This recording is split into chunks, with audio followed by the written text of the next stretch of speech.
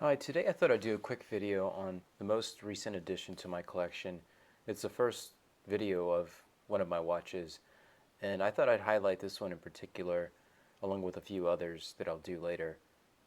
But this is the Eterna Heritage Pulsometer 1942, and it's a stunning watch. There isn't a lot of information on it, either online or any videos on YouTube, so I thought I'd kind of introduce the watch. And Eterna is a brand that's been around for quite some time, and I didn't know much about them aside from the fact that they've been making watches for a while, and that ETA movements were kind of created and discovered by Eterna, if not with the help of somebody else. But primarily, Eterna was the maker who kind of brought ETA movements to various manufacturers. I apologize for any of the bad video taking or reflections, but I'm kind of just doing this impromptu video. The watch this replaces in my collection is a Hamilton khaki chronograph, the X Patrol to be more specific. And what I didn't like about it is that it was a bit thick on the wrist, and I want to say it was around 14 or 15 millimeters. I wanted something different. I know the trend is re-releasing products from various makers, and some of them are really well done and others aren't.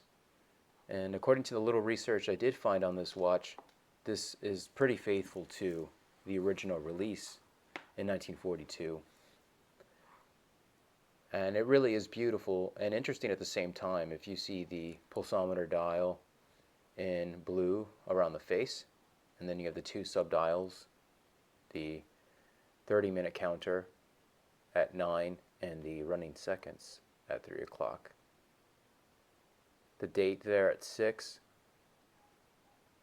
and the hour callouts are in this kind of interesting luminescent green color, while the hands are kind of a steel blue, as you can see there. I have it on an aftermarket worn and wound strap, which is extremely comfortable, and I think really complements kind of the blue dial of the pulsometer reading. The movement on the watch is a ETA 2894-2, and I guess depending on how you look at it, it could be considered in-house.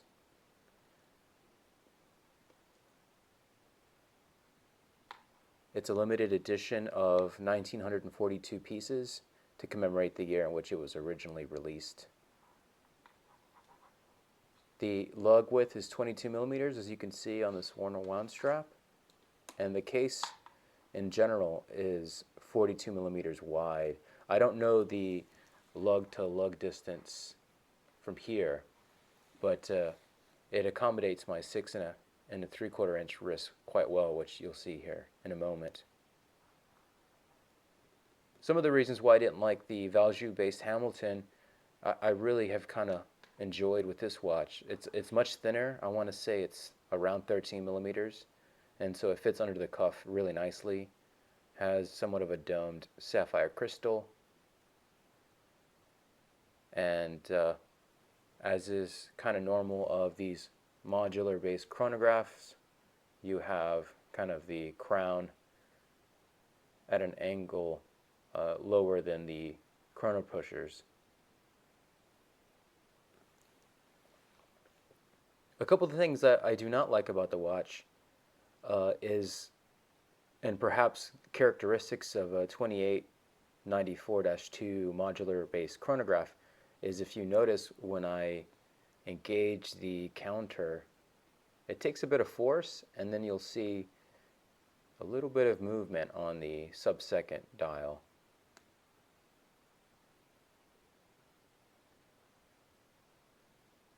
The running seconds that you see now on the chronograph pulsometer reading is also a bit kind of jittery, if you will.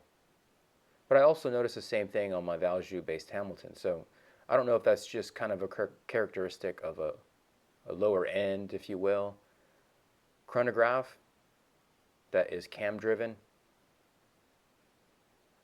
but it is something that I kind of wish was more of a sweeping second hand that you would find on a typical 2892 um, running hand seconds of a watch. It's a beautiful watch. What's kind of odd about Eterna and their pricing is that typically the MSRP is just kind of expensive. I think this one retails close to $5,000. And of course, they can be had for much cheaper than that. I want to say at the time of this video, you could get them for around $1,000.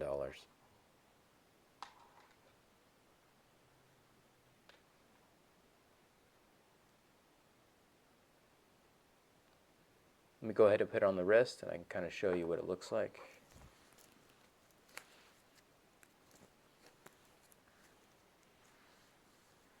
Kind of show you a little of my Damasco. Kind of give you some comparisons on thickness. The Damasco is a bit thicker. This is a DA36 on somewhat of a green NATO.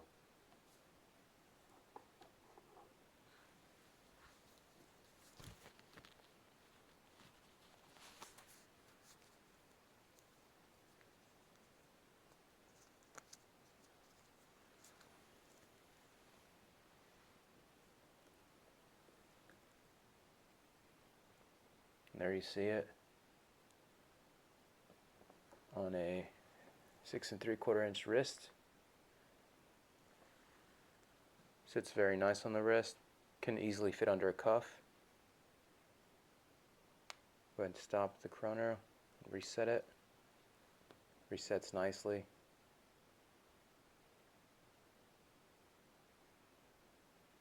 All in all, it's a very nice watch. If you're interested in it, I recommend it. It's a little different looking with the different colors on the face. But I think overall very well made.